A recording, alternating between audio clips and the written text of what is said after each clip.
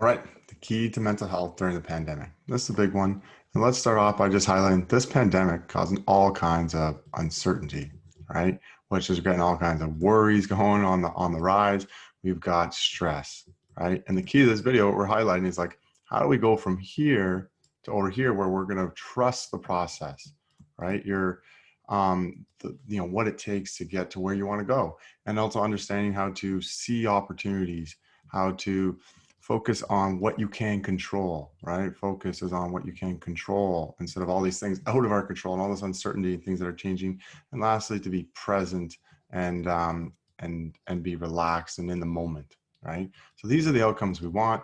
We're seeing a lot of this is on the rise. Well, how the heck do we get over here, right? What is the key?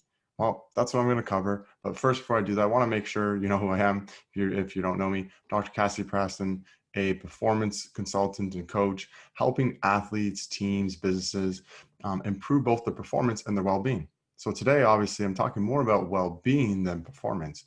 And why I'm doing that, lots of people asking about it. And it's a big area right now. But I want to make very clear, performance and well-being are interconnected, right? And so you can't have one without the other. And so obviously, I'm not a clinical psychologist, not treating mental illness, but I do work a lot on helping people go from worry and stress to trust in themselves and being focused. And this improves both well-being and performance. So let's dive into the key. So the key to this is going to be mental agility, mental strength. Okay. What is that? What is this mental agility concept? I'm going to explain what it is and then how to improve it, because that's going to be the key over here. I'm going from left to right. So on the other side, we have physical. Think of the analogy of your physical strength, your physical health. So you got strength, you want to be strong, you want to be agile over here, you want to be flexible, you want to have endurance and all those outcomes and your physical fitness. Okay. And so the same is true to here. And so we're talking about agility or strength. And what that means, to be very clear, is your ability to shift, right? Just like you wouldn't physically, but your mind, can we shift? Can we be adaptable, okay, to the ever-changing things? And the way to then assess this, because this is an outcome, right? These are outcomes and we can assess it. And so we want to assess this key, which is mental agility is the key again to mental health and mental well-being. And so, especially during this pandemic where there's so much uncertainty. So you can simply right now assess yourself. Where are you at on this side? So it could be, oh, my time and energy right now, I'm like 40% over here. Oh, okay. Well, that means that I'm 60% worried, stressed, in terms of what's going to happen this upcoming season with your sport or your job or family or all kinds of things can really stress us out, right? And we're constantly focused. So the key is obviously we want to get this number down and get this number up. But first, just being able to assess yourself, you can understand where you are, right? And just owning where you are is like, okay, now let's understand why that is. How do we get this number down? This is the how-to. And I'm going to use this model here of be, do, and have to help explain it. And usually one of the main reasons when this is really high is because we're really focused on have.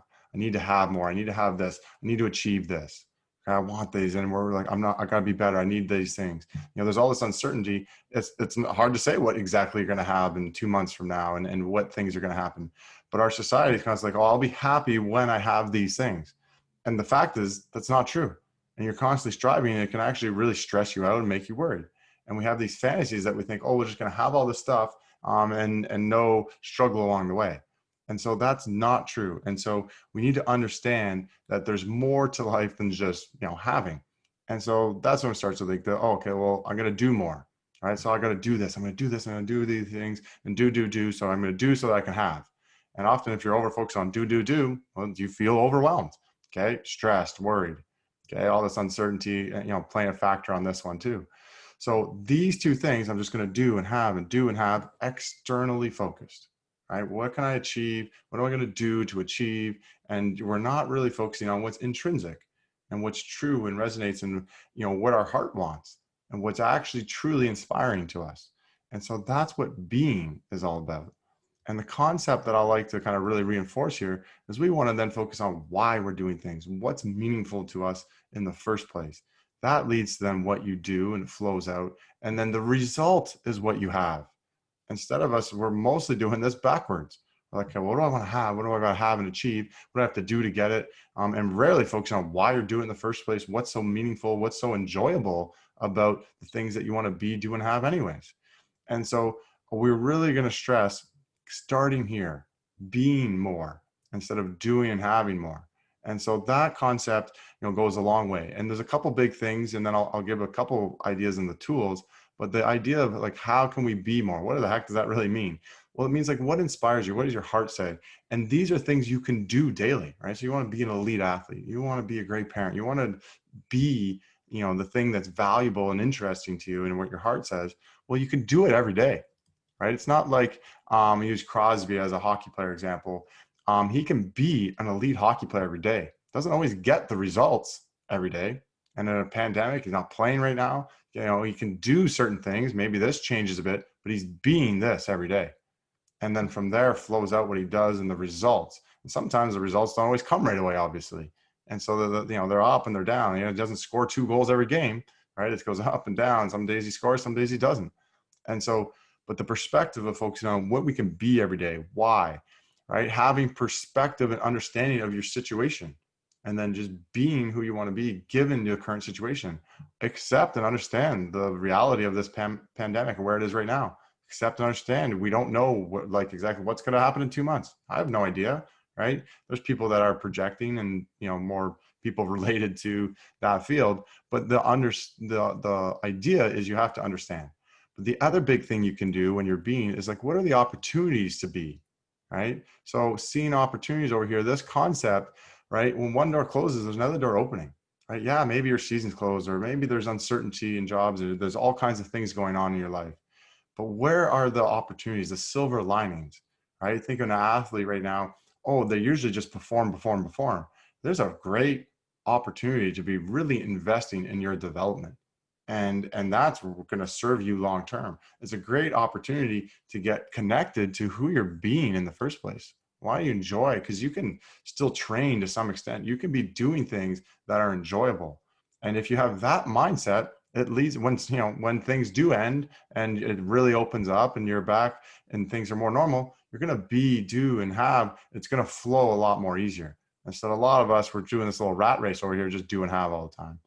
So that's the concept in a nutshell. What's the key? Mental agility, which is all about be, do, and have. The more you do that, the more this decreases, the more this increases. You can assess this, assess, my message handwriting. Yeah, you can assess this daily, right? What was I today on being present, on focusing on what I can control and trusting the process versus getting worried, on focusing on all the uncertainty and stress. And, do understand the how-to of, focusing on being first, let the do and the have, and not that I have to have this, it's coming. Okay. These outcomes are coming towards me. I'm becoming these things. And then use some tactics. So we talk a lot about and some tools like the reset routine, meditation. These are really the how-to. You can use relaxation exercises. You can do reflection or journaling. You can use intention setting or imagery.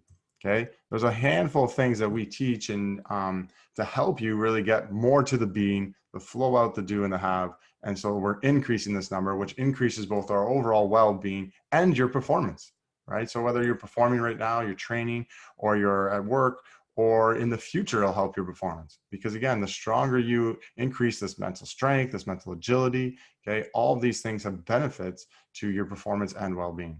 So if you're interested, obviously we do workshops with businesses and dive more into obviously all these how-to be able to let and accept and let go, to get clear and develop those self-awareness tools. And we actually have a special application. So I'll leave the link in the bio down below for athletes, particularly that they want to, work on their mental strength, their mental toughness, etc. We have special program applications you can apply for some special deals. So I'll reach out if you have any questions, leave any comments, questions, happy to answer them. And we'll, make sure you also subscribe. Okay. Don't forget. And I'll see you in the next video.